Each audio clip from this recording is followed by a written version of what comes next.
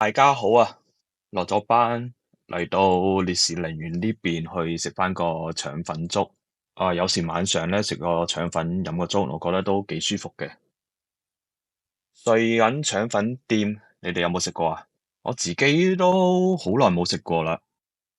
OK，俾大家睇下布拉腸出爐嘅畫面。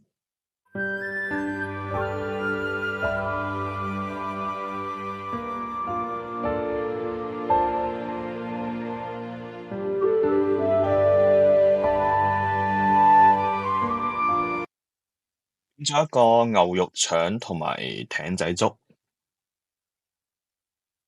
食牛肉腸之前咧，我個人咧又比較習慣將啲腸粉先撈勻，浸住啲豉油嘅，跟住可以睇到其實啲牛肉咧都幾多下，而且食起身咧又比較嫩滑。飲粥之前咧，我個人又習慣會加啲胡椒粉落去，跟住咧又撈勻佢。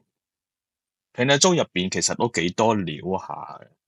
我哋可以睇到入邊有魚啦，有叉燒啦，跟住仲有啲粉皮啊、豬肚絲啊、花生、油條啊等等等十幾種料，非常之好食。係咁先啦。